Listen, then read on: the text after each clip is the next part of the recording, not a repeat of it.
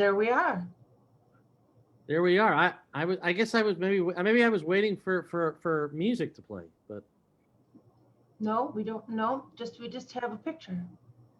yeah, and people know who our guest is. I guess let me make sure we share this. By the way, before we bring him on in a little bit, I just want to make sure it's pronounced Dino, Nance? Dino, correct? My phone calls him Dino. Your phone calls him Dino. Yeah. All right. When I go, Siri, call Dino Losito, the phone goes, calling Dino Losito. So I call him Dino now. Unbelievable. I know. It's funny. It's good. So how are you, Eric?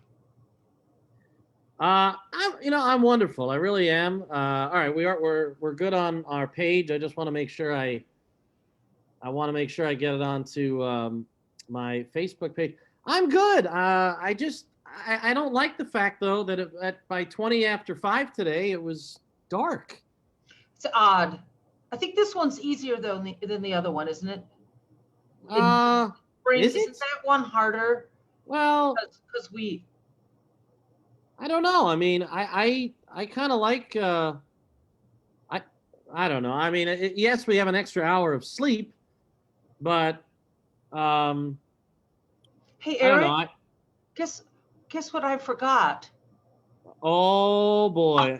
Hey, yeah. Eric, I know what you're gonna say. Can you say hello to everybody for a minute? Yeah, I'm gonna just try to. Oh wait, I know what I have to do. I have to share it to my. Yeah, so you know what? Why don't you get your beverage and I'll filibuster. I don't have to unmute it. I'll be right back. That's all right. I'm gonna share. It's fine. I still have to share this to my personal page. So I want to say, let's see, who's here already? Donna, Militello, Calandra, Pamela Payne. Hi, Pamela. Beth Ann Dice. Oh, she's a diehard. We love Beth Ann. Hi, Beth Ann. Hi, Joe.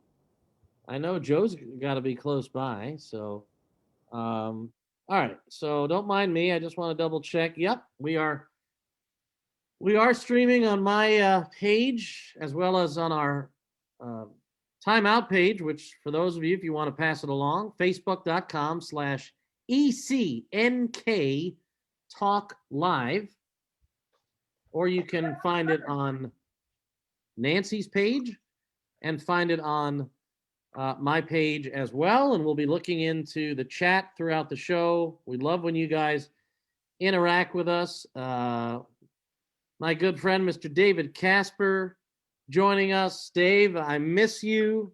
I miss seeing you at the Green Gate. And I know we're going to get that. We're going to get that going again eventually. Jonathan Neff says, welcome to my bedroom today. I was going to leave that one with you, Nance. Yeah. He watches it. I think, a lot of us are techie enough to know how to take this and cast it to a big screen. Oh, yeah. Is that what you're doing? Hello, Deb. The weather is so good. Oh, I need to warn everybody. Uh-oh. What do you got to warn? Yeah. Well, because it's very windy here on Little Sodas Bay. Oh. And twice today the electric has gone out, and one right before we went on the air. Ooh. Well, that could be. That happens here in Fairhaven. We lose power quite a bit. It's an odd thing. But I'm right near the water, and it's blowing like a son of a gun. I felt those gusts today. I was gonna use the word that rhymes with bitty, but I won't use that word. But it was just a downright crappy day today, weather-wise. I don't know. I mean, I'm not gonna say shitty. Shitty's a great word. Just say it. No, listen, Nance. I prefer to watch my language, so you know what? I'm telling you right now, I'm not using the word shitty. Whoa, what did I just do? Wait a second. Sorry. I know. Mary Jo, Height Camp France. Thank you, Mary Jo, for dropping in. We loved that show we did with Ronnie. Boy, that show with Ronnie France seems like it was. That was so much fun. That was a long time ago. How many And- shows have we done, Eric? Wait Are a you second. losing track?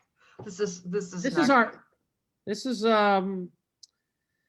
We're coming up on 25 actually. If you asked me now, I could have checked before the show. We're not at 25 yet, but I think we're very, very close. I just got a weather alert, and there is going to be wind gusts up to 40 miles an hour, and we might see some snow. I don't care about that because I got all my supplies today. I'm happy and snuggled in. But will say, I mean, I could just disappear and it takes a good 10 minutes to get the computer back up and running. Well, we don't want you to disappear. We don't want you to disappear. We can maybe I'm just saying, let's plan on this now in case it happens. All right. So if I do, we will reschedule this program. Yes. Oh, and that's all I'm saying, everybody, just warning you. You guys that are in Oswego, you've seen the weather today. It's very volatile out here by the Lake Ontario. Now, I think it is worth mentioning, Nance, before we play, we're going to play a song from a new CD. Actually been out for a couple weeks now, and it is moving close to being on the Jazz Week Top 50 chart.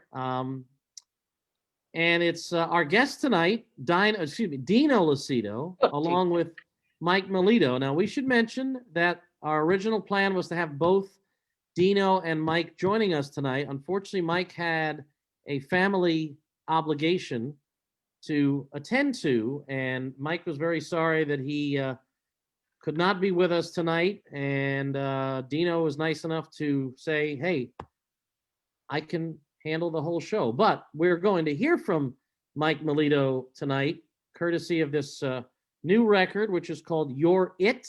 It's Dino and Mike, and we've got Neal Miner on bass, as well as Larry McKenna on saxophone, the great Larry McKenna out of Philadelphia. So I think you've got a song queued up. It's called For Heaven's Sake. I shared the wrong thing. And there's the show. What are you going to do with me? What on earth are you going to do with me? That's all right. Ronnie France chimed in. I'm nervous about the wind. It just did my hair. So. Wait, I can't get it. Here we go. Oh, there we go. So let's listen to For Heaven's Sake. How's the sound? Are good? Yeah, good. We're good.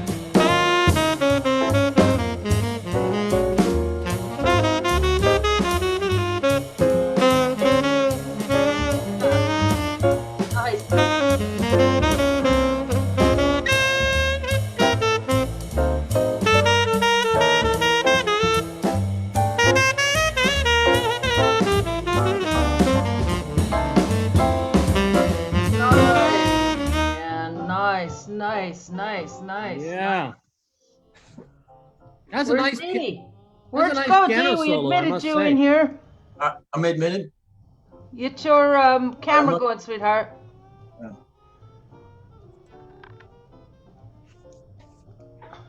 Hey, there he Where? is. We're There here. he is. Dino. Hey, I'm gonna call you Dino. I'm She here. can, she can call you whatever she wants, Dino. My phone calls him Dino. I know. I think that's the Apple version of my name. Right, right. Dino. Hey, Dee. What's happening, guys? What's happening? Yeah. What's up with you? I don't think I've ever seen you so you're looking so casual with the Just, button-down shirt, the white you know, chilling out here. Hey, Just relax. that's what a Sunday is for. Yep. I haven't seen you in a while, Eric. What's I know. I was saying, like, I don't remember the last time you and I saw one another face to face, but it's been it's been a year. I'll say that. At least Mohican Manor, maybe.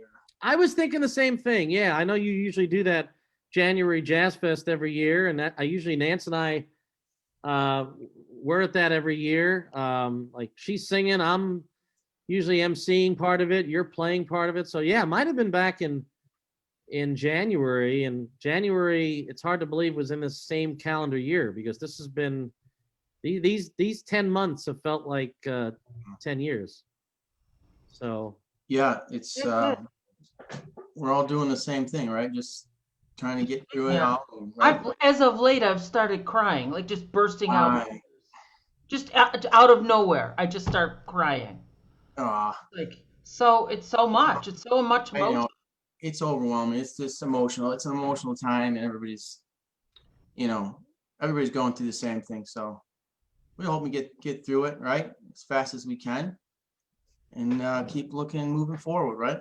well, that's it. We got to think positive and listen. There's nothing wrong with letting out a good cry, though. I mean, I think we've Well, all. they are good ones. They're not like those really like they're not those. I just start crying. Well, let it out. That's fine. I mean, Dino makes me Yeah. cry. I do. Yeah, Oh because you play so good. no, I thought, okay, well, if that's all right, if it's just from my playing it makes you cry, let's hopefully it's nothing else, right? Well, sometimes you make me cry. No. Nancy is like a trained actress. She can cry like on the spot. Like No, we I could cry. No? Probably No, I could. can't, but I can pretend I'm enjoying a song. Yeah. Now, I think we all have those nights, right, Dee? Definitely. Oh my gosh. now, Dino, we just enjoyed. Bear in mind, Nancy and I collectively, just so you know, we have a lot of pictures to share tonight. Uh-oh. Um, Going and back. Beautiful photo. My goodness, so clear. how about these four guys in the photo? Of course, Mike, who Yeah, we wish Mike was here, of course. we wish he was here, but we wish Mike well. And but you got the. Go ahead. Of course, Larry McKenna, the greatest, one of the best saxophone players, living right now. I mean, he's a gem. I mean, to have him on the record was, something for Mike and I. Quite an honor. Yeah. It was really. I mean, Mike and I were talking about, doing this for quite a while. It's been a long time since we've talked about stuff. Neal and I have done stuff, with Mike. We did a trio record years ago. Mike, Neal, and I did. Right. And we've done some things together, the three of us too, over the years. Or I've done some things with just Neal's been on some things, and so I kind of knew what those three guys, the three of us would sound like. And then when I added Larry, I knew that was the first person we thought of when we wanted to add somebody else. So I was going to make it a quartet record. So that was the first guy that. So smooth. The record. I love the record. It's so intuitive and smooth and just unoppressive. And I just love how it just kind of just lays over you. It's beautiful. It really sounds great, man. Of course, I'm prejudiced about your playing. You know how I am. I think it's great. Yeah, I just kind of knew, Mike and I kind of knew what it was kind of, going to sound like, I think, because we went in, a little cold. The four of us were not playing together, so it's not like we were, rehearsed together, or we went in for a big rehearsal or anything like that. We hadn't been really playing together. So, But I think any great jazz record has that component to it. yeah. We the same way we did with Be That Way. We didn't Hmm. went in, we took the charts out and went at it, and that was it. One or two takes, you're done. Yeah, and Yeah. that's what it was, really, one or two takes on that CD, if that. Some of them were one takes, actually. A few of them were just one takes, but So where did you record? Where did you record it? that was Trading Eights in Paramus down there. Chris Salty, Okay. great engineer. Nancy knows. He's incredible. Isn't he The great? thing about Chris is, man, he's got a theory. He's got his degree. He knows what he's doing. He knows what bar he's in. He knows all that stuff, man. He knows what this line should sound like. Like he's a really great engineer to have on your record. He's fast, and he's got great ears, and he knows exactly. If you tell him something, if you ask him to switch something, or we're mixing, he's right on it. It's like there's no time wasted with him. And such a Yeah. great guy. He went over beyond, did some things for us that he didn't really have to do, but he's a great guy. Great, and a great studio, comfortable place to record. Not insanely expensive for what you get out of it. It's wonderful. It is. That's where I did the Remembering Mark Murphy record, in that studio. Yeah. Oh wow! I Yeah. didn't. Yes. Yeah. John had told me about it. I think a lot of the guys go back and forth between Trading Eights and what is Tom Tedesco's Yes. name for that? Really did that. That's Tedesco Studios. Tedesco. Tedesco studio. But Right. a lot of guys love the piano there. Tedesco? Yeah. Yeah, it's a nice piano. They both, I think they're both Bs,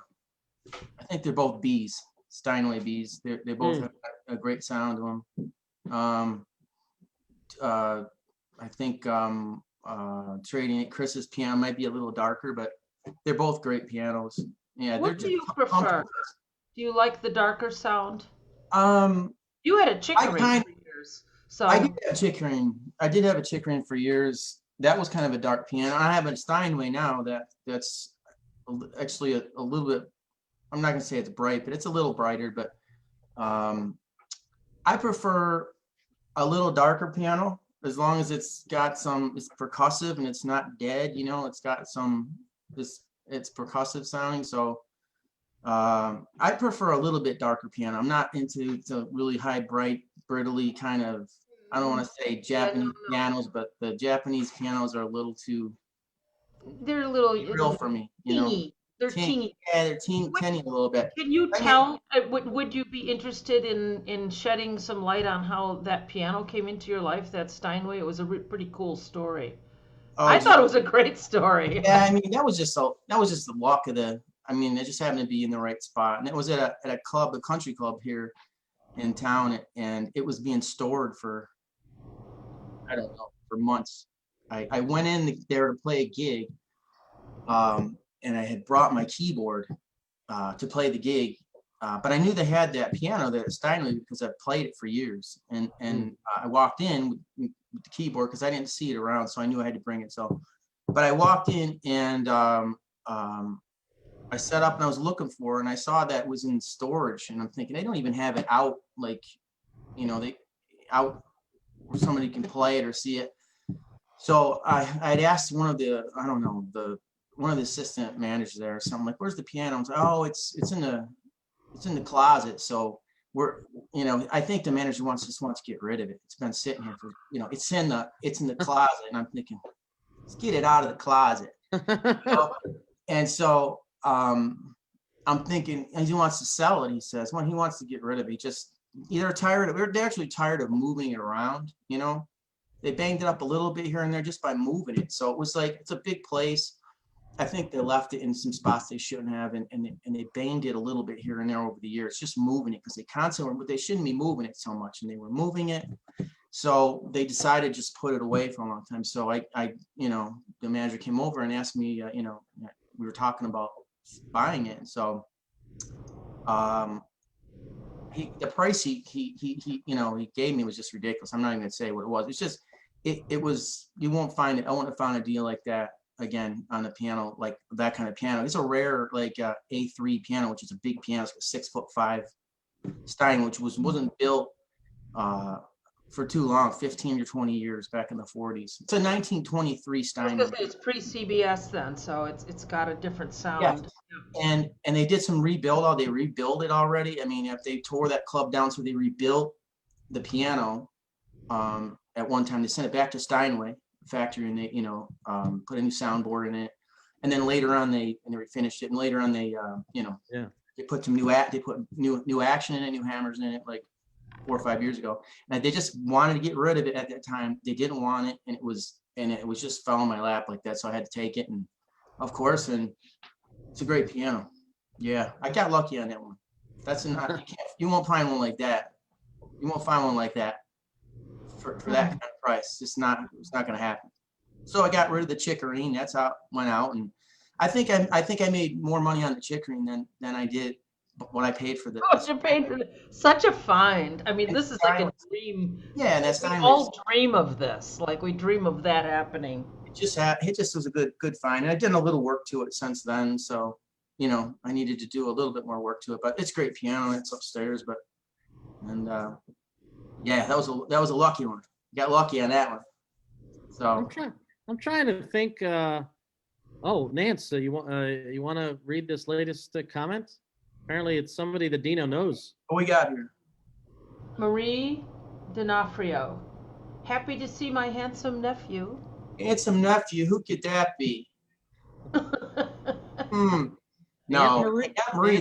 That is Joan. My Aunt Joan and my Uncle Dan. And hey guys, how you doing? They come out and watch music. They're great. My Uncle Dan's a great musician in his own right. Oh, is he? Oh, absolutely, yeah. Guy can play pretty much any instrument, sing like crazy, and he's just another one of the guys in the band, just very musical, natural musician. Well, speaking of musicians in the family, I know Nancy has told me how wonderful a singer this lady was, and I was thrilled to find this picture of your mom online, and there were some other pictures of you and her later in life, but I saw this one. I mean, just such a beautiful woman, and I know for me personally, I don't know much about your. I know you come from a musical family, but I would love to hear you talk about your mom and how the influence she had on you and the singer that she was and the mom she was. Yeah. Well, I mean, she's really probably the reason I'm played the way I do, or really got into music and stayed into music. I think. I mean, I'm sure of it. We had a piano in the house when I was, I don't know, young. I think we got it from the next door neighbor. It was a big upright, like one of those big, massive upright. Heavy old things, yeah. I think, it was just a big Frankenstein-looking giant piece of furniture. It was called a Shriller. I remember the name of the piano. It was a Shriller. But I remember we had it in the house, and we hadn't had it for long. I think before we had the family over and things, and we were it was always a party in the house as far as everybody was singing. Right. Everybody could play something pretty much. I mean, it was always music in the house. I mean, on both sides of my family, my mother's side, of course. So when I first, one of the first songs I learned, I can still remember at 4 years old, looking over my cousin AJ's shoulder, and I remember him playing Santana's, Black Magic Woman, right? So.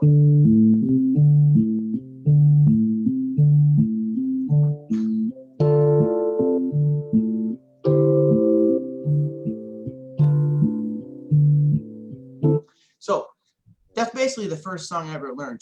I just mimicked him. I just looked over his shoulder. I could still remember him playing that song.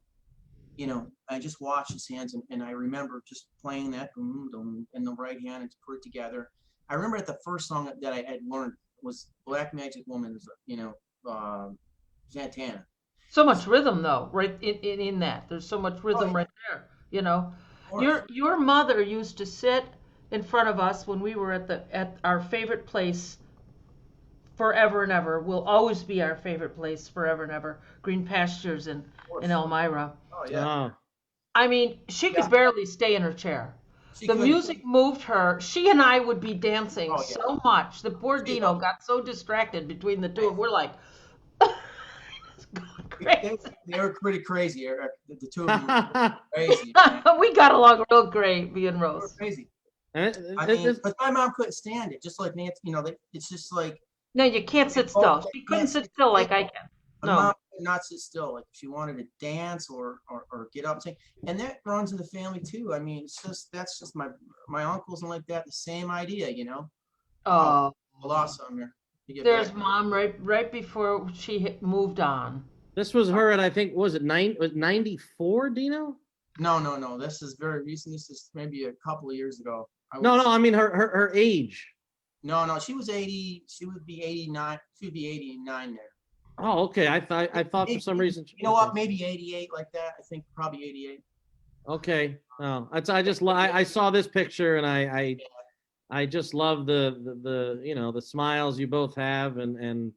Yes, it was amazing. I mean, and I remember the nursing facility she was in. They had a piano in the facility there. It was a little upright, and I would just take her over and I would just play. I would just play through standards or old standards. She remembered her mind. Her mind try to sing. Did she want to? Yes, she knew.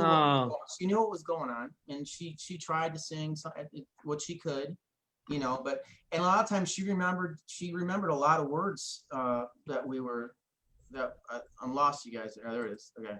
Yeah, it's funny, with her, disease with the Alzheimer's, they can't seem to remember obviously some things that are happening right in front of them.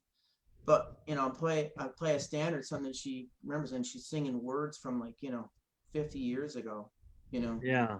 So, but she's really the reason. I mean, she had an incredible voice. She used to play some piano as well. So she could play some piano, enough she could read. And we would play duets when I was first starting out. We'd play some duets together. And then later on, after I started taking more lessons, formal lessons, stuff like that, and mom would be singing. What time did that start in your life? How old were you? I started when I was 4. I started me too. Yeah. I started lessons at 4, and they were basically classical lessons, of course. But, I had a great teacher, this woman, Bertha Cohen, in town here. She was a wonderful teacher. And she would, of course, we were doing, classical music. We were playing Bach and inventions and stuff like that, and Mozart and Beethoven.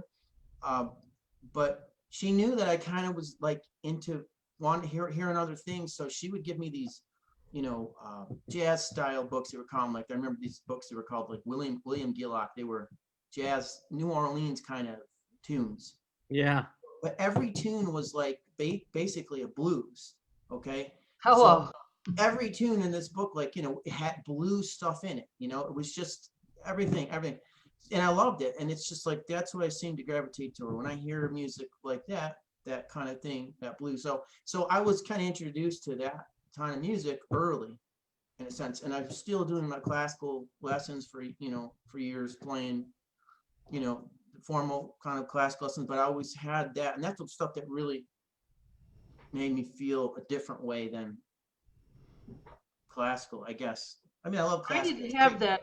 I had an unfortunate experience with that, and they kept me with classical so long that I began to lose interest in it. And I was wanting to improvise, and it just totally annoyed my teacher. She wanted me to stay, in the box, and I didn't want to. And mom found me a jazz teacher too late in the game. And at that point, I lost interest in the piano. You know, Mm. you're very Yeah. lucky that you got that chance. It could happen. I mean, yeah. I mean, if you get the wrong teacher, I guess I had a lot of good teacher that was just, she was just tailoring the music towards her students, whatever she thought and direction, That you they should needed, go. yeah. And she saw a different thing with me because I really was comfortable playing that kind of music. And so that's really, I was playing, I didn't know what I was doing, but it felt good to me, playing these blues tunes, Yeah. boogie woogie stuff, or that kind of thing. So I was playing that early on. I'd say 4 or 5 years old. I was 6 years old. I was playing these tunes, like that. And then later on, I was hearing Mom always constantly singing these standards around the house. Sure. Making the food, she's in the kitchen, and singing tunes all the time. And You and I share something, and I say this about you. I don't think I have ever encountered another musician, and I'm old. I've been around doing this a long time. I never encountered another musician who has your incredible sense of feel and rhythm and timing. I mean, you so get that. You so get it. And that's you and I have that in common. That's the thing we really share. Number one, swing. Our ability to swing. Number two, our ability to play emotionally and not hold it back. absolutely, yeah. That, I mean, I think definitely you said exactly right. I think we do both feel that feeling. Yeah. I mean, music is rhythm. I mean, I feel rhythm. I think I feel rhythm first. I feel rhythm before I'm hearing notes and things when I play. I want to make it feel good. It's inside of me. It wants to come out. The feeling, the rhythm yeah, wants to oh come out. yeah. I And sometimes rhythm, we don't necessarily mean a swing. I mean, there's a rhythm to a ballad that you can either destroy it or completely make it work. The timing and the space, the sense, the understanding of space. This picture was taken. Here's a wonderful picture with Mikey, Dino, Yeah. and we were at a club called ADW in Rochester. Yeah, I Yeah. remember that club. That was good. Beautiful club. I didn't last long there because the people were talking so much. I said, Yeah, I know that was a odd little scene there. It but was to make things worse, we were there during some event was happening in Rochester, and the place must have had 200 millennials in it, all looking at their phones and screaming. I was like, Dino, I came over to. This is one of the times they came over and started crying. I says, Dino, I gotta go home. no. I didn't think we were gonna get her through the second set, Eric. No, he had to talk. Literally had to talk me into I it. had to talk her Yeah. down so she wouldn't leave. Yeah. It was Uh, crazy though. I mean, I think it was Jazz Fest weekend, Yeah. and it was Yeah. like there was a lot of people coming in. It's a new club, but it It's was just, a nice club. I mean, it's just Beautiful. very, Was Oh. a nice just, club. it's just, frankly, it's just disrespectful, I mean, to the performers, not just to Nancy, but I mean, you're hearing it. I'm sure Mike was hearing it, Hard for us to do what we do. But I find if they don't pay to get in, this is what you get. This is why we enjoy when we work together, and we do quite often. The Loving Cup in Rochester is a great room for Mhm. us. It works real well for us. They've got a great stage. They've got everything, the lighting, the sound, and we can charge at the door. So we get a different experience there, Funny you should mention that because I Oh, think you got a picture from oh, that? I think I can take us to another Oh, yeah. club in Rochester, which sadly I have never been to, but here are There we are. 4 outstanding musicians. Dino, I think you know the drummer and the bass player, huh? Jimmy Johns. Oh my God, there's Jimmy. Jimmy's like been with us he's been with everybody around town. He's just like, But he's been a part of our unit, our trio that that oh my God. he's Jimmy's he such a wonderful drummer. I mean, it's just like instant hookup with Jim. I never have to worry about anything with Jim. It's just he's got that same feeling. He feels the music similar, and just a great guy to be around. Friends too. We're all just good friends as well. we're off all the bass. brothers and sisters. And I just love playing with Jim. He's just amazing. He's a great guy. And we share records together. We, he's coming to a gig. He's, calling me or texting me, man, I got this new record. I'm going to burn it for you. Yeah. So yeah, it's just, he's the best. And I've Peter, also enjoyed reconnecting with Peter Schwazik. Mm. We did a couple of gigs recently. They seem recent. And I thought Peter was really on his game. I really loved his focus and intensity. Beautiful. I've known Beautiful. Peter for a long time. I mean, I keep getting shut out here. There, I have to keep coming back every time we switch a picture. But Oh yeah, it's probably when I stop the sharing of the photo, it goes blank for a second. Peter, I've known for a long time. Nick. We were going back to, I don't know, 90s, early 90s probably. And he would play just mainly Electric. electric. It was a little. What was that club in Corning we played? Could have Remember been that? Rojo's or Something, man. Stars, maybe Stars. Must have been 100. It was so many people for a jazz show, like in a club. Yeah, I know. I think it was Rojo's or Stars. Yeah, but Peter's just a great musician all around. I mean, he's so creative. He's like one of the most creative musicians. I mean, and he used to play like a little Steinberger bass, made it sound amazing. And then, he's been playing upright for so long too as well. And I don't get to see Peter as much either. We don't get to see Peter. So it's nice. When did we see him last? What gig We was just did it. We did that Boathouse, but I think didn't we see him No, we saw him at Love and Cup. Right. And I did see him over the summer. We were managed to do one outdoor gig at a winery I think it was one of the wineries, Wagner Wineries, something like that, outside this summer. And Peter was on. I saw him a couple times actually. So it was good to see. People nationally and internationally need to understand that we live in a region that is so beautiful, and we play at all these beautiful locations when we're playing locally. They're just beautiful locations. Nancy, the first time I saw you play, let's go back way back. This is before we even met. Okay, so I remember you coming down to Southern Tier at a place called Quinlan Park. Do you remember Quinlan Park? It was in Sarah. You might even remember. I think I was probably. You mean it was an outdoor park thing? It's an outdoor park, and I think you might be. I was 18 or 19. I don't remember, but I remember going. It was Waverly. I believe it was Waverly, Pennsylvania. But I remember going. I mean, I think Howard. Brian Murphy on the gig. I think Howard Cohen was part of bringing it there. I'm not sure. I think he was in touch with somebody at Quinlan Park that worked there, and I think he may have had to come down there. But no, actually, I believe it was Larry Olata. Oh, Larry was on that. Ronnie France. And I think Steve Curry was on it. And it was amazing. I mean, it's just. Oh, that's the one where Steve Curry got in the shower, and the shower was so hot it burned him. Oh, you remember that? Now I know.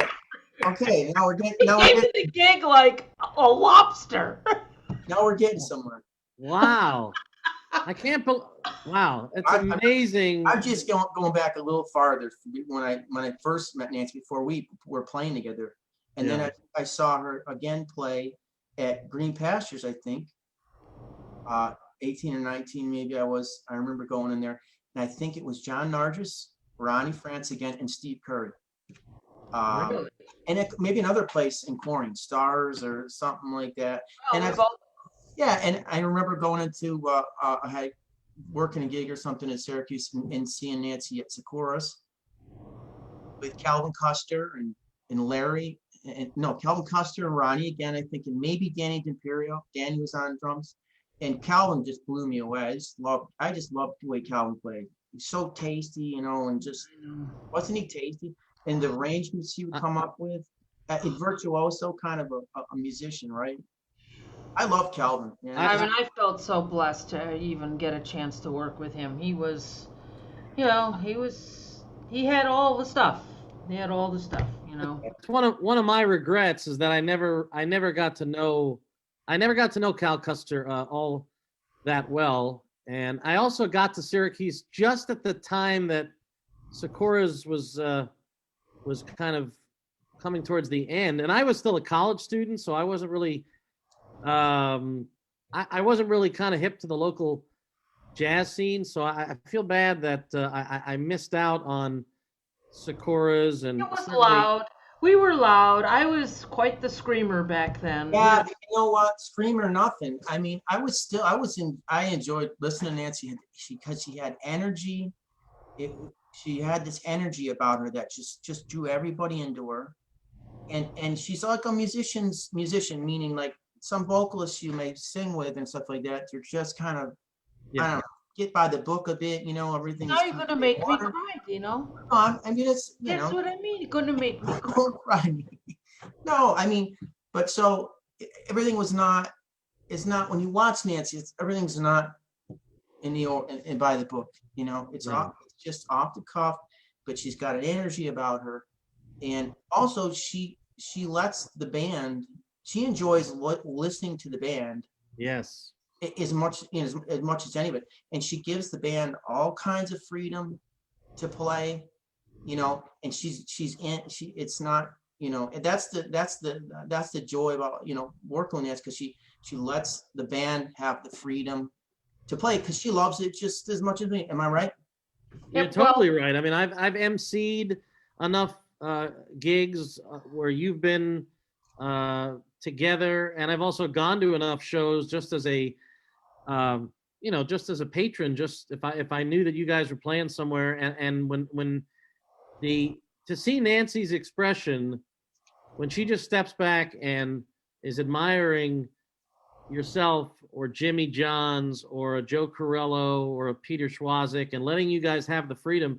I mean, Does, man. yeah, she Let you have the freedom because she loves it herself. Right? I mean, I think she's just When I music. think this is an odd thing for me to say, but you may understand. I think one of the reasons I got into this was because I wanted to be in the music. I wanted to be in it with you guys. Yeah, and she's right in it.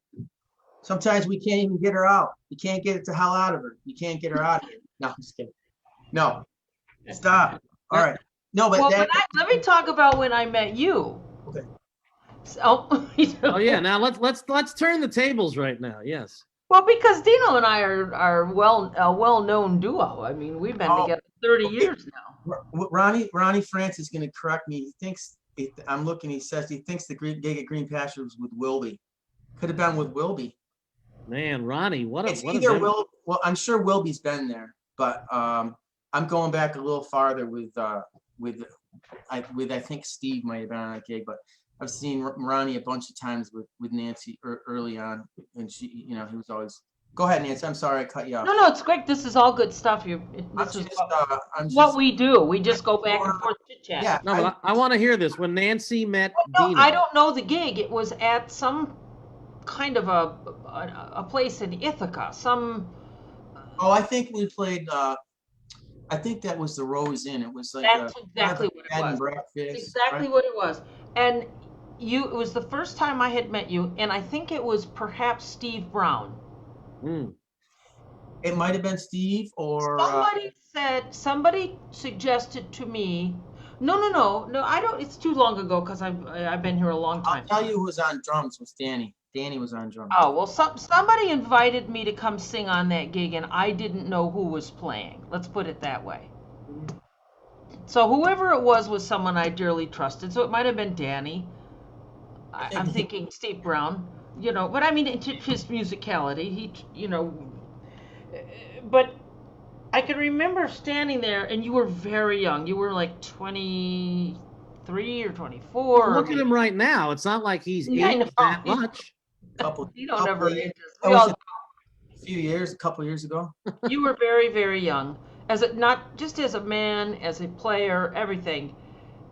But I just remember standing there like I do, listening and going, "This guy's really got it. He really, really gets it."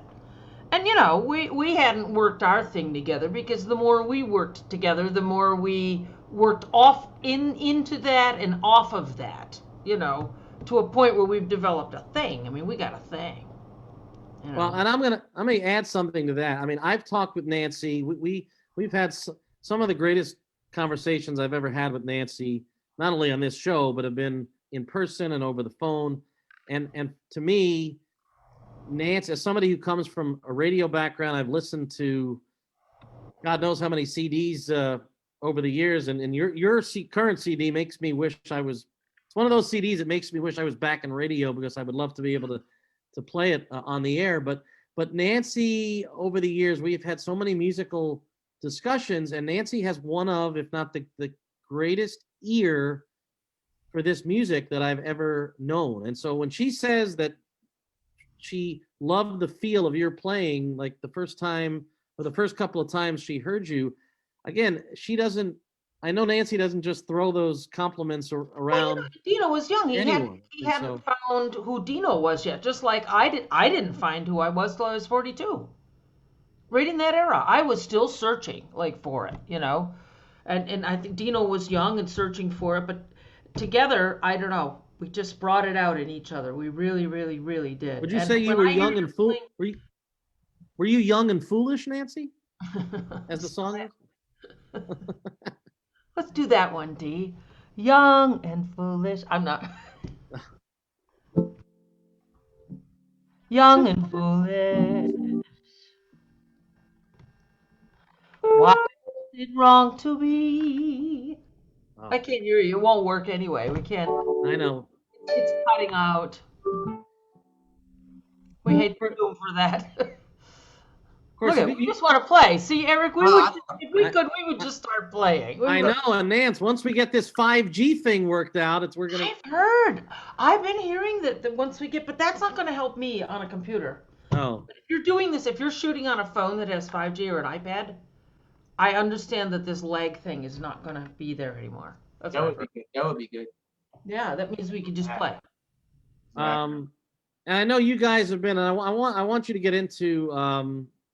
And we're going to go back, by the way, to the CD in a moment. We're going to take a listen to the title track from the CD. But I mean, again, you and Nance have been all over this country and internationally. I came upon another picture. I mean, again, as much as you guys have played in this area, you've also played on the West Coast. You've played, again, outside of the U.S. But this is a gig that took you guys down to Florida, correct?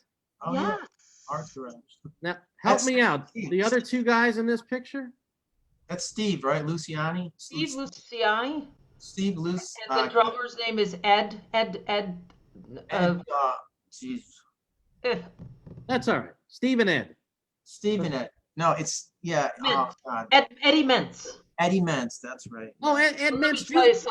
Eddie Mentz Jr. Okay. He is a bad, you know what. Yeah. Trust me, this guy can play. Remember that gig, the second gig we did at Arts Garage, and Paul Shuchik was on bass. It was you and me and Eddie Mentz. They had moved the room around. Yes. Oh, you mean at the that's the same build. That's the same. It was the same thing, but they had changed the setup, and we were different spot, and we had a piano. I think it was a piano gig, right? That was an organ. I think I played organ on that, and Steve, guitar, and then we played Paul played bass, and we had the piano on the other side of the room. I think they switched around. That was a fun gig. I enjoyed that. Gig. We've done a lot of gigs in Florida, lots and lots and lots. Enjoy going to Florida. Get some. I miss it. Did you ever play at the Van Dyke? You didn't get in on. I did not. It closed. I know it closed. Yeah, that was a cool place down in Miami. Yeah, that was a cool place. I think I saw like maybe Dr. Lonnie Smith play there once. That was fun to watch. Oh. The jazz room. There's not a lot of them left anymore. Now that one's gone. I know. That was a fun time down there. I even saw Mark Murphy there. You did at the Van Dyke? With my friend Polly Russo. Oh, Polly. Put on a whole, wow. Polly, you knew when Polly came in the door. Yeah, boy, you sure did. Yeah. Nancy and I have discussed that. He used to do this to you. Oh, yeah. It was great, man. Paulie had to give you the squeeze, It was he made sure he gave you the good tight squeeze before he saw you. He gave me first time once he gave me a good slap too, just to keep me in line, I know. Oh my God. They're all gone. Nance and I have talked, God rest his soul, that if we could go back in time and have done this show, when Paulie was still alive, Paul Russo on this show, I don't know how we would have kept it to under 3 hours. I mean, Well, we would need another person as a buffer, I think. yeah, right. Hey, we've got a couple of other family members that have said hello to Dino in the chat. Hi, Dino from Cuz Dino. Okay, my cousin Dino D'Onofrio. Wow, here's another guy, another natural just musician in the family. Drummer, great drummer, can sing, sing amazing. Grew up Dino with him. He's another influence on me. He lives in Rochester, and he's always coming out to watch us. But he is a fine person as well. Yeah, and I'm telling you, he's just another natural musician. If he wanted to do that, he could do that. Between him and his father, my uncle Tony, they're both drummers. Oh. And we had some crazy good times at the house at parties. I mean, they didn't have drums set up, so they both would be playing spoons on the table, together. I mean, that's we just kept playing music all the time. So Dino's another one. And we've got Hi Cuz Dino, the CD is great, love it, from Anita Minotti. Anita Minotti. Okay, here we go. So Anita, I love Anita. She's like a sister to me, basically. She's like a big sister, my cousin. She's like a big sister to me, And Anita was on the road with Glenn Miller Orchestra, sang with the Glenn Miller Orchestra late 70s, early 80s. I just met her at Rosie's Gathering. Yes. I just met her. She's a terrific person. She's the best, yeah. She was on the road with Glenn Miller for a number of years when Jimi Henderson was directing the band, Glenn Miller band. She's been all over the world singing too. So it's like I'm just lucky enough to be around, being able to be around all my family that they're talented musicians like that. It helped. I mean, Now, Dino, you mentioned cousin Dino. You mentioned your his father Tony, right? Tony D'Onofrio. Yeah, my cousin. Right. That would be my mother's brother. I mean, he was on the road. You mentioned that. Go ahead. On the road, big band drummer as well. Amazing. So you mentioned that they're both drummers, correct? They are, yeah. So then this is going to explain, and Nancy, I told you I had a bit of a surprise to pull up. This is going to explain this photo right here. Oh, that means nothing. Now, did you ever you never had an inkling maybe to say, forget the piano? I look good at it. Okay, I'm a good poser. Wait a minute, whose set is that? I can pose good on the drums. Okay, that's probably Jimmy's set. But you know what? I do have a set of drums here, and I do play a little bit. See, I knew it. I do play, and I did get them for my daughter too to play too, but she's not playing them as much. So I've been on them. I play them. I play to records and stuff like that. Nice. Again, it's just a rhythm instrument, and I just can't stop myself from hitting them. You know? But I wish That's Carl Sterling's set, because he had that cymbal that I used to have the cup holders in it. Oh, that's Carl's set? Is that the one with all the holes in it? I call it one of those cup holders, man. I mean, I think maybe Dunkin' Donuts should sell that cymbal.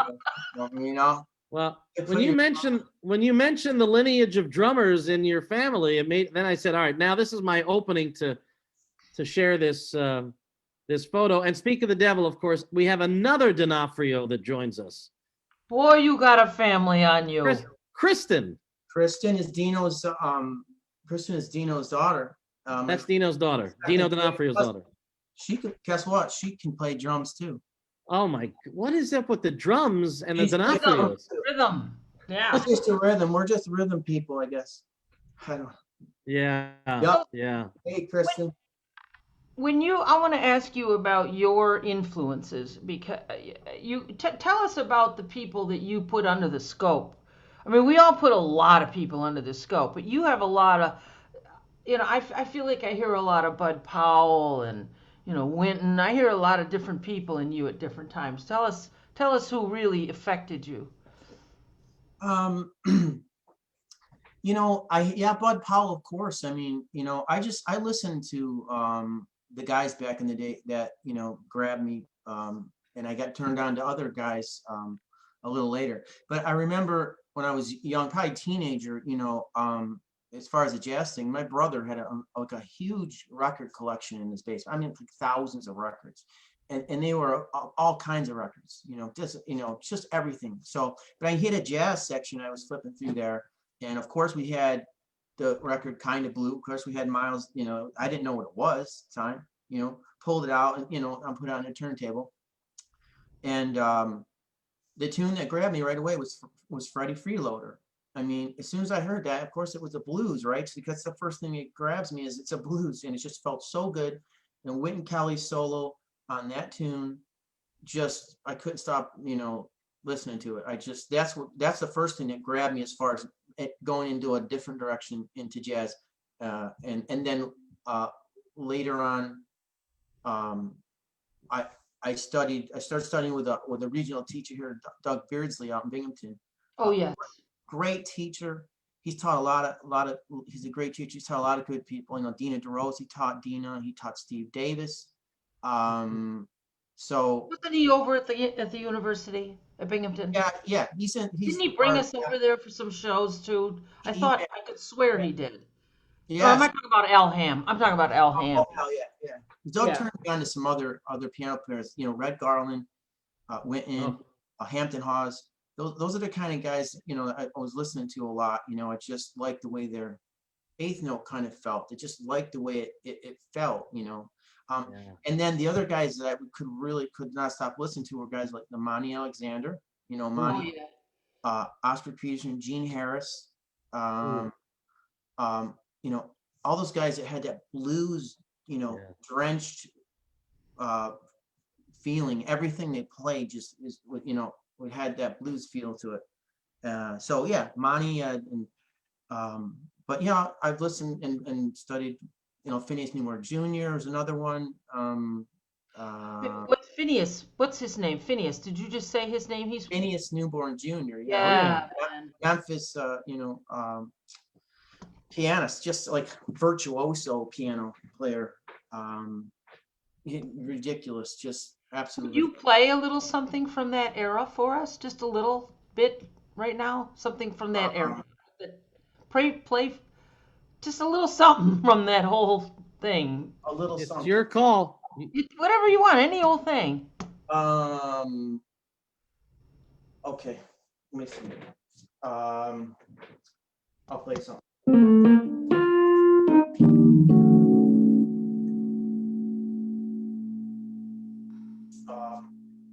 Let me think here.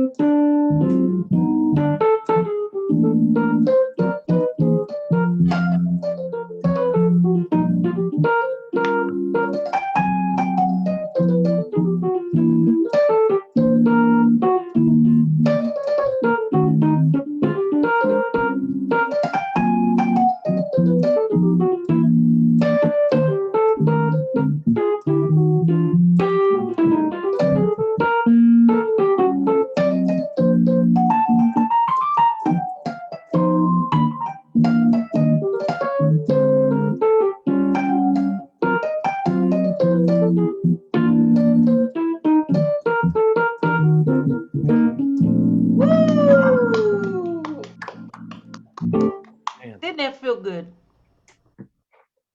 Must be nice.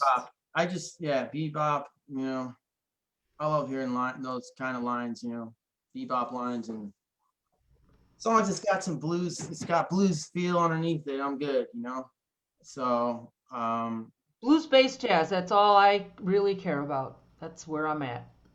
Right. I was never I totally respect Chick Corea, completely respect, regard him highly, but it's just not. I like the blues bass. I prefer the blues bass stuff. You know. Yeah, I mean, Chick don't. He of course Chick can play some blues. It's I'm sure the guys can do anything. He's just technical and he's great rhythmic. He's rhythmically he can play some great drums too. Chick's a great drummer too. Wow. So when you hear him play, comping and when he's comping or just playing his lines, he's very rhythmic. Yeah. Well, Extremely. it's something that I have come to honestly realize and embrace, that the drums are pretty much the center of jazz. I mean, we teach this. I teach this with teaching voice, jazz voice, the drums. I send them just drum tracks sometimes to sing the melody over just the drum track. You know, the drums are everything in this music. It's a rhythm-based music. It really is. It is rhythm-based music. I mean, and when I was listening, like I said, to just starting out listening to that Kind of Blue record, everything grabbed me. Like Paul Chambers, that bass felt so good. Jimmy Cobb on that record. I mean, it's a cliche record in a sense, like everybody had Kind of Blue, but we had it, and it was one of the pulled out. And Jimmy Cobb the whole thing felt good. That was We just lost Jimmy Cobb, didn't we? yes, like a years ago. I mean, he was going strong as heck right up to the end too. So would it be safe to say that one of your desert island recordings would be Kind of Blue? Would that be? I don't know. That's a hard one. I don't know if it would be Kind of Blue or not. No, I'm not saying that's the end all record. Right. It's the one that got me like looking at the speakers, going, "Wow, this is what is coming out. Well, I want to play like that." Yeah. What if I can play like that? I don't know if I have a one record. I mean, I would take with me on a. No, Maybe I would take something as long as it had Ray Brown in it. I think I'll take that one. Anything with Ray Brown on the bass, for me, because that's another thing. I love listening to all kinds of musicians, not just piano players. I mean, right. I love listening to bass players, and I play bass as much as I can. If it's not on organ and it's on piano, I can't stop wanting to play bass. So. I mean, I love bass players, Ray Brown, horn players, anybody that sounds good and melodic and full of blues, Pepper Adams. So I listen to all kinds of instrumentalists, not just What's piano. something that's really shows off that you're playing bass from Be That Way? Can you think of something, and I'll bring it up? We'll play a little bit of it. Oh yeah. What would be company? That could be Great City. Great City. Or Please Don't Talk, maybe, or.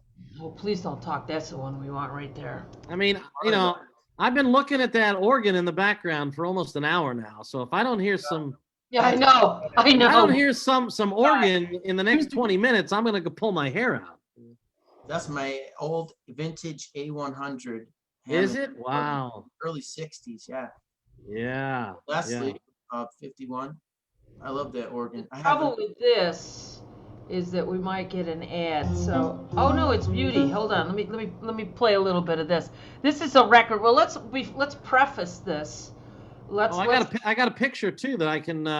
You got the picture of the band. I got let me at least pull up the picture of this. This was such a joy to play on the radio. Oh, well that's on the thing. Let me show you the picture I got. Oh, please. Let me it's all yours. Let me see if I can find if it's the one I'm thinking.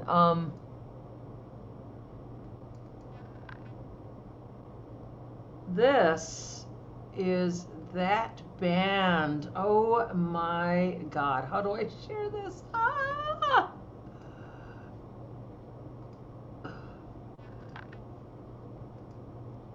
Oh, here we go. Yeah. So this is the Be That Way band. Ooh. Jerry Weldon. We're all in love with Jer. Yeah, Jerry Weldon. Jerry, look at me. Man. A little bit younger, a little bit thinner. Yeah. Dino always looking good. And the great Peter Bernstein. Mm-hmm. Yeah. Peter played guitar. And then Mike Carmikins. Your Karmakins, yes. Mike Carmen and Thor. He had Carmen there because he was making us lunch and dinner in between sets. He'd over making a little risotto or something. And I had my face right in it because poor Dino, he can't eat on break because here's Nancy over there saying, "Let me taste that. What is that? That looks good." Yeah. Eric, we could be anywhere, right? No matter where we are in the country or the world and playing a gig on a set. If we got to eat, if we were able to eat, and sitting somewhere, if we were able to eat, it doesn't matter. Nancy would smell the food. She knew. It doesn't matter where she was, who she was talking to. She would know if we had plates of food in front of us, come over and, just say, mind if I only bother Dino. I bother no one else in the band, just Dino. Can I pick? Well, not only does Nancy have a keen ear for music, she has a keen nose for food. Oh, I love food. I love to cook. But it's just, you have to understand what happens. When we work together, we're talking about me and Dino and Jimmy, the different people that have been on the train with us for so long. I mean, they're like your brothers and sisters. I mean, they're totally family, and it just turns into a thing, It's a whole different thing. The business part of it really goes away almost. It's weird. But let me play a little bit of this. We won't play the whole thing, but we'll play a little bit of us doing. By the way, Dino, I don't know if I told you this. This particular cut is getting thousands and thousands of hits on SoundCloud from kids. Wow, really? Kids are sharing it. I'm like, I guess they're finding it retro or something. You know what I mean? Oh yeah, it's got its own little thing there, and the thing in the middle, where you're talking in the middle is a nice little hook. Oh, and I wrote that, by the way. People think I don't write anything. Very cool.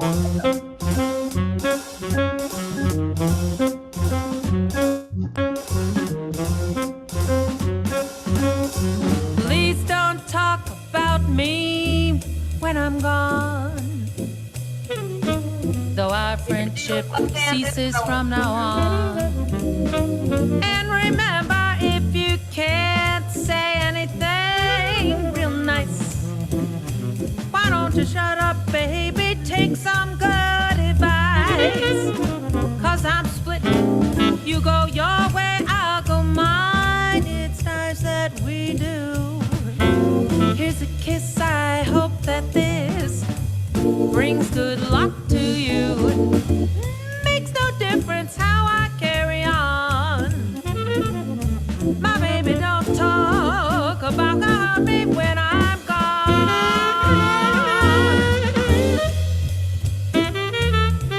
So we don't have to go on and on with that. Oh, man. Yeah, that feels good.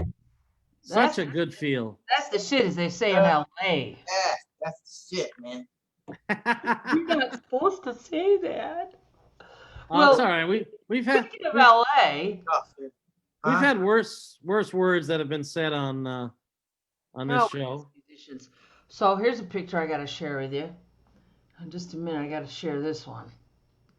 So Dino has gone all over the world with me, but we've gone to LA quite a bit. We were just there right February, when right? the whole pandemic thing started. Yeah. Yes, We had practically, I mean, it was pretty much a packed house at that was a great gig. Pillows. That was a great gig, man. Yeah, we just made that like right before the whole thing hit here, and just got back in time. Just in the before nick they of started time. shutting stuff down. But that was a great gig. I really enjoyed it.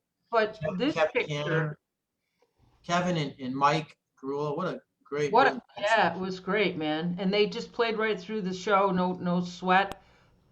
This is Dino. Yeah. What was that? Wait, I gotta tell you what that is. Wait. You know what that is? Nancy That's a suave-looking guy, is what it is. No, Lost in LA. We were driving, trying to find. This was somewhere lost in Beverly Hills. I'm going, Dino, where are we? don't worry, Nanny. I go, but I'm getting scared. And he goes, don't worry, Nanny. I know where we'll find our way. We got laughing really hard. We were laughing really hard. Yeah, we got lost. But we just got so like we just started laughing at that point. It was hilarious. Didn't care how lost we were, No, but that was fun. we have a ball when we go. I feel like that could be the title of a future recording, Lost in LA. Yeah, good. You know? That's, all right, D. Let's do Lost that. in LA. Let's do it. What's it gonna sound like? Now, Dino, do you have any stories, any particular stories of places you've played outside? I know you and Nance have been outside of the U.S. Any? We did a couple. We went to Geneva. You remember after we? Remember that beautiful gig in Geneva, Switzerland? We did. They flew us over for the Imperial Palace or something over there. It was. I remember it was. It was a golf course, I think, at the time we were there. But do you remember it was built by Napoleon for his mistress? I don't remember that. So the history of that building it was a golf course at the time, but it was built by Napoleon for his mistress. Is what the history of that place is. My goodness. Yeah, so that's pretty. We just went over as a duo and wow. And one of the perks of having a record company. That's what that happened when I had, or still had a record company, and that stuff just used to come in. The gigs used to come in. But we ended up in Istanbul because of Wilby Fletcher. You brought up Wilby Fletcher before. So I met Wilby. Wilby was my brother. He was my soulmate. He was my brother. And I met him down in Philly, and he was my drummer in Philly for a long time. Wilby is world renowned. He toured with Roberta Flack. He toured with Michelle Petrucciani. He toured with help me here, Dino. There's more. It doesn't for the sake of the Harry Belafonte, I think, right? Harry Belafonte. Wait. Washington. Stormy weather. Lena Horne? Lena Horne. There we go. All right. Oh, funny. I said that song and you knew what it was. She made that famous. Yes, she did. But he had been all over the world. But then he and I became dear friends. We were dear friends. And at one point, he wanted to get out of there for just some personal reasons. He wanted to get out of there, and he came up here. He came up to Syracuse, and we all started gigging. You and me and Wilby and Wilby was great. I can still remember he was such a kind soul guy.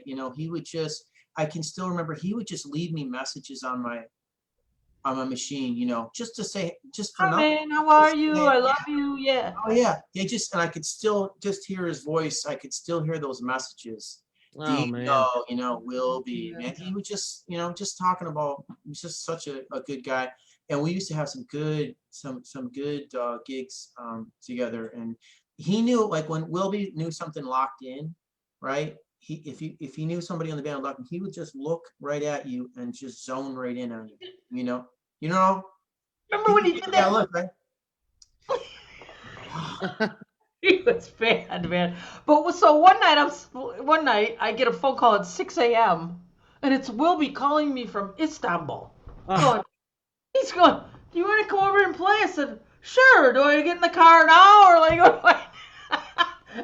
Well, anyway, we hooked it all up, and Dino and I had been working together a while, so I'll bring Dino.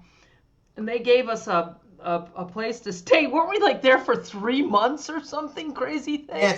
Yeah, that place was a test of our relationship at that point. We lived in the same house. So if we made it through that, we're okay. Because we had some. Yeah, we're living in the same apartment. We were like a guy in, the same. Like, So we made it through. That was a great apartment. Heated. Remember the weird guy that was peeping Tom in the window? Oh my God, yeah. Hey, do you remember that dog that big dog used to bark? Yeah. You loved him. You thought he was great, but I was like petrified of that dog. they would drive us back, we'd go back in a cab after the gig, and just be late, 3, 4 in the morning, right? So, and we'd have to drive up the hill. It was like a big hill by the time we got up to the top of the hill where the apartment was. And I remember getting up to the top, the cab driver, this was like 3 in the morning, right?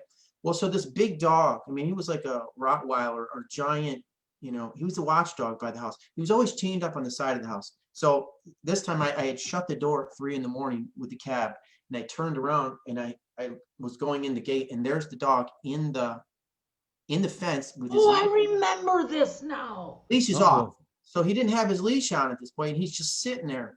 And I said, there's nowhere I'm going to go. I'm stuck on top of the hill. I said, I got to go in to the apartment.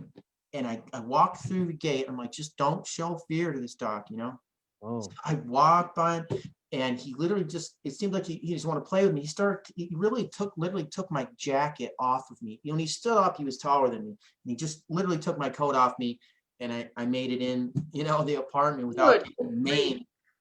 He shredded a few of my sneakers, Wait. Nancy loved him. Nancy said, "Oh, he's great. Don't worry about him. He's just a little poochy boy." And I'm A little poochy boy. So, Eric, this dog was Being in a third world country over there, it's so different. It's where we were playing the Sharon Palace on the Bosnian Sea. It was beyond. I mean, there were like chic guys around with the chicks all around them, and it was out of a movie, man. It was just unbelievable. It was unbelievable. It was, and we were working hard. We were 6 nights a week. And he told me we worked like 6 nights a week. We did like 3 or 4 shows a night or some crazy thing. And after a while, me and Dino are like so tired. And remember, Mamet came up. He goes, "You do not give. You need to give more." Yeah. Wait. Yeah, this is the owner, man. The owner, who's pretty tough. He was tough on us. He was a little tough on us. That guy, Mamet. Yeah. Mamet. That was a beautiful place. Right on His our boss. beautiful wife is still alive. I'm still friends with her on Facebook. She's still alive. How do you guys feel about the owner of this place? Birdland. I know where that is. I didn't know. That's New York, right? Birdland. Yeah. Did you ever think, Dino, when you first met Nancy, that one day, you know what? I'm going to be playing with this woman at one of the most famous jazz clubs in the world. I knew it. I just knew it. You knew it. Yeah. Yeah. No, that was a great We gig. played Birdland quite a number of times. We played there a bunch of times. Yeah. I think I'm not remembering. I think who was on that gig, but I'm thinking it may have been. I'm not sure actually. I know who it was. Was Jerry on that? Jerry was on it, and Carmen. Carmen and Ed Cherry. Ed Sherry. That's who it was. Yeah, great guitar player. I mean, Yeah. Dino, playing in Birdland. I mean, the first time you played in Birdland with Nance, could you feel the history, knowing how many great players had played Birdland over the years? I mean, everybody knows. I mean, there's certain clubs that everybody knows the world over. Birdland is one, Blue Note is another, Vanguard is another. So, I mean, to be able to be there with somebody who you respect so much, it had to mean a lot to you. Of course, yeah, that was a great gig. I mean, just being hanging out in the dressing room was like a trip. I have a dressing room picture. Hold on. I have a dressing room picture. As long as you don't have a Steve Curry shower picture. Yeah, Poor we Steve. want He's Steve, like a yeah. lobster. We don't need to see. Poor guy. Wait a minute. This is just fun. I mean, this is just fun stuff, folks. There's this is the it's still there, the dressing room at Birdland. Wow, I've never seen this part of Birdland. Armikins and Dino going over the charts. Yeah. Yeah, that's a hip little dressing room actually, and Well, there's where you want to know the truth, Dino. For me, that's where I feel the vibe, and I think of all the greats that sat. It's one thing to be on that stage, but for some reason, the dressing room is where the vibe is. It's where the people are. I mean, it's the same way in the Vanguard. It's like the dressing room, the hangout room in the back, the kitchen. It was like, that's where the shit happened, man. it was like that at Green Pastures where we played down here for years. The club in Elmira that was the hippest jazz club. Speaking of hippest jazz clubs ever, was a club right here in my hometown for forever. Green Pastures. And that's where I got to learn in being on the bandstand with a lot of people, and just got to log the hours in, But hanging out there in the kitchen with Howard Coleman cooking that fried chicken, right?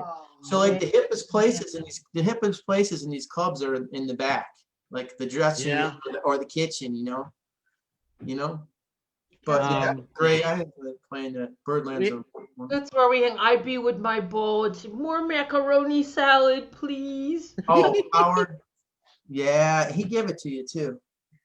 Howard was great. He loved when you came down. Yeah, Howard, I used to love watching him at the door. I said something about it on a Facebook post. I thought, oh, that didn't sound right. Maybe people didn't get what I meant. But he would be there, and he'd have his apron because he had just been cooking. But he'd be at the door, and he'd have his dollar bills in one hand, and and he'd be like, he was so adorable, man. He was a trip. What's that, Eric? I was going to say Green Pastures. We had a comment earlier from Melly McGardens, who said, talked about Green Pastures memories with George Reed, about 21. Absolutely. George Reed was a big part of this Central New York and everywhere. I mean, George grew up in New York City and played with all the guys, and played with some great guys, Norman Simmons and Buddy Tate and Vic Dickinson. And a lot of guys. He's a real deal. He just had a great feel and a ton of history with George. I learned a lot playing with George. Just his feel, like watching him play with him. He had a history about him. The real deal. A feel about him. He really was the real deal. And I played countless gigs, tons of gigs with George. I learned a ton from George. I see Steve Brown's here, and Barbara. Yeah, there we go. Yes. Hi, Barbara. My main man, Steve. He's another cherished member of our family. Absolutely.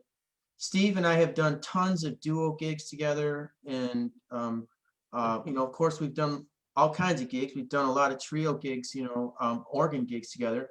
But we enjoy playing a lot of duo gigs together, Steve and I, he's another guy that I learned a ton from growing up. Steve was he's one of the top guys around. I mean, anywhere, not just in this area. And I learned a ton from Steve. I still do. I learn from the guy every time I get to play with him.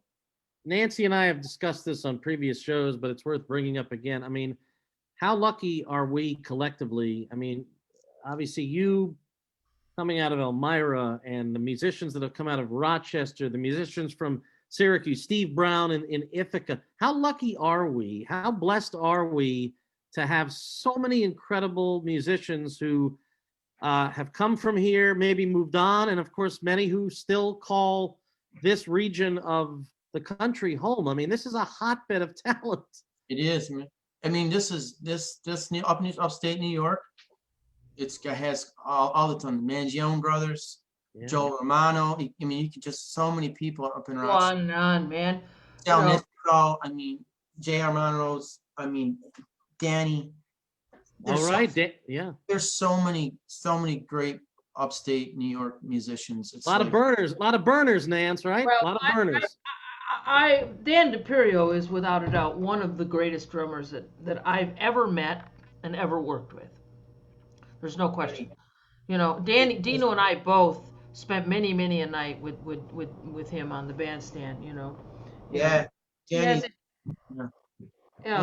We don't need to say anything else other than we learned a lot from him. I mean, I got a lot of my material from him. I used to go. He supposedly has one of the largest jazz collections of anyone alive. I mean, alive. Like you go, he has a room in his house that's as big as a library with every recording. I used to come down to his house and he'd start playing things. A lot of the stuff that you've heard Dino and I record, he hipped me to. He turned me on to it. He said, "Look at Nance," because he knew me as a singer. He said, "This is what this is one you should be doing." Yeah. Yep. There's nobody quite like I mean, Dino. he brought me Janine. I had never heard Janine. I don't know why, but I hadn't heard it, and there you go. I think he hooked you up with. He also I think he hooked you up with the Great City too. With what? The Great City. I think he might have Great hooked you up with City. Let's talk business. that. Yeah. Yeah. So. Amazing. There's so many upstate musicians, jazz musicians. This is unbelievable. The history in upstate New York.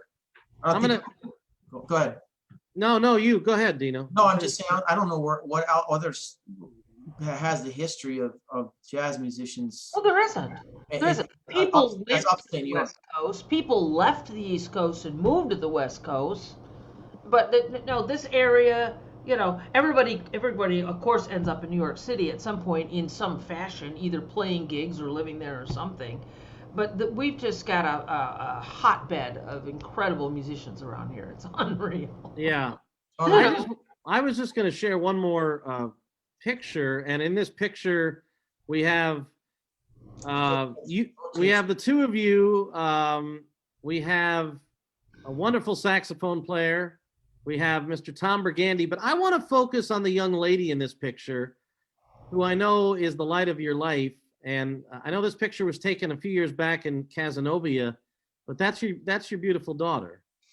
She is my beautiful daughter, of course. Yeah, she's 13 now, and she is in eighth grade now. So, wow. And tell us, is music in her blood? She does. She plays piano. She plays a little piano, and she plays some drums as well. I've had her, you know. I need to get a drummer, I know, to have make sure I have a band when I get older. So I'm making her. But she actually just asked for an electric bass, so I'm gonna think I'll let her go, man. Let her go. You never know. Yeah. So she plays some, because we've had some fun, you know, playing duos together and stuff. And nice. She's the best. Yeah, she's in 8th grade, and she's doing the best she can with school, with all the shutdowns and stuff like that right now. So yeah, I mean, it's tough for you know. That was a great gig too with Harry Allen. Yeah. With Harry and Tommy Burgandy, of course. Tommy's my name. Yeah. Nance, I know we're running low on time. Do you want to maybe just play well, actually, we can either hear a couple of tracks or a couple of minutes from the title cut to the CD, or I know, Dino, you had mentioned to me in a message earlier today of maybe closing out the show with something from the CD.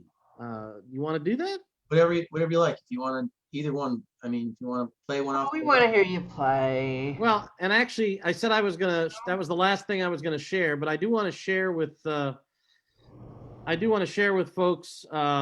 This is the back of these are like the liner notes of the recording. So this is the wow.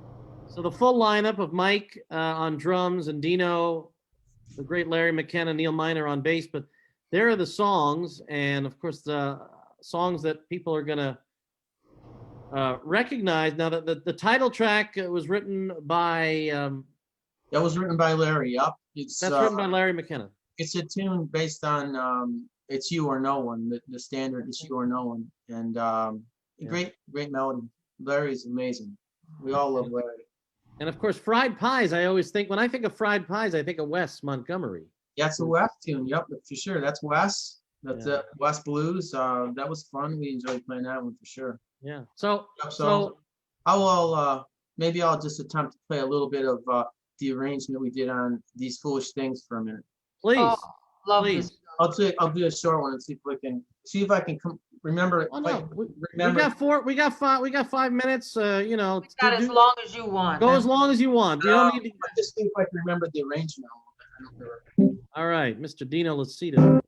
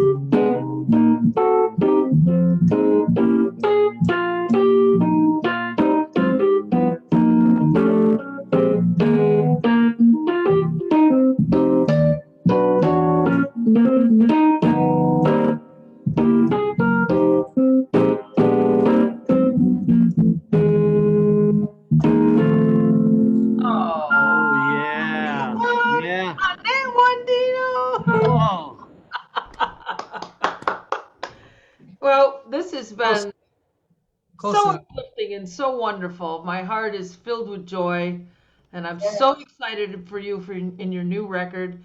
You guys are chart bound with this thing, and we're gonna watch it rise, and we're gonna hopefully some work will come when this thing is over for you. I hope we all Yeah, we all get back, right? Fingers crossed. Ronnie France commenting that he loved the bass lines there, Dino. Ronnie, thank Ronnie. Ronnie's another one. God, it's such an amazing feel. He's another guy. Yeah. But thanks, Ron. Absolutely, absolutely. Well, hey, where can people get this music? This record is on Cellar Live, so it's Corey Weed's label in Vancouver, I believe. Right. So if you go to cellarlive.com, he will hook it up. He'll give you. He will. That's I think it's on Amazon too. Yeah, it's on Amazon. And just if you search it, you can find it anywhere on the. Yeah, you guys, people should support you and support this recording, and that's. Well, once again, we're very sorry that Mike Melito couldn't be with us. Yes, we missed Mike tonight. We miss Mike. Mike, if you're out there, hey, buddy. Oh wait, Mike's gonna say a quick Is he here? goodbye right now. Hold on, we're gonna just bring. I just love this picture of Mike. Hey, all right. And so we do miss Mike tonight, and I mean he is such an integral part of this recording. Yep. And Mike and I have been good friends, dear friends for many, many years. Many years. And musical collaborators as well. He's a great guy and he's a major jazz historian. I mean, if you want to know who was on what and who did what, you ask Mike. It is unbelievable what he's just got a storehouse of knowledge. And he was on your Like That record, right, Dino? He was on that. Yep, Mike was on that. Mike and Neal. Mike and Neal. The old Yeah. trio record, yeah. So I Well, have a lot of great history with Mike. well, you got a lot of great history with Yeah. my co-host. And Nancy, her And and I have tremendous amount of history together. So Well- we could Oh, talk yeah, for hours. We could talk for hours, right? We could talk for hours. we could, and I mean, I just wish I could have been a fly on the wall of the car when you guys were lost in LA. But It was fun. It was hilarious. At least we got a good laugh out of it. We did. hey, We started laughing, so I mean, because If we you were can't- completely Are you lost. kidding? We're always laughing. I was laughing at you being upset over that dog. hey, it shredded his clothes. He I did. mean, He shredded. I lost my sport coat. That was gone. He shredded at least 3 pairs of shoes. yeah. I would have Unreal. to open the window and throw out slabs of Road stories. Oh my Well, God. anyway, and your website, DinoLosito.com. That's right. People can check that out. It's And great, man. I went there the other day. It looks great. yeah, Eric, it was good to see you too, Eric. man, it's good to see you. Thanks for inviting us into your little musical man cave there. It is, man. That's where we do it. And listen, I let's hope the next time that the three of us see one another, it can be in person. So fingers crossed. We're gonna have live music again. All right. I hope so, man. I hope so. Yeah. Need to get it I don't know back. how long it'll be, but Got to come back. We got to get it back. Keep no. positive. Be positive. Yep. That's it. Stay positive, and this has been a real treat. And Nance, I am thrilled that you and Dino met one another, and 30 years later, it's a friendship that has blossomed not just on the bandstand, but obviously off as well. We got more music to do and Plenty. record. Yep. Plenty indeed, and Got plenty of music to do. we look forward to it. Dino, best to your lovely daughter, and I'm glad that we had family of yours popping in to say hello tonight. And again, Yeah. stay well, be safe, and here's to good times ahead. Thank you, Eric. Thanks, guys. Thanks for having me. Thank you. Thank Our you so pleasure. much, Dino. Love you so much. See you later. Yep, love you, Dino. Love you, Nance. Love you guys. Take care. God All right. bless. Everybody. Take care, Night, guys. night. Good night. See ya.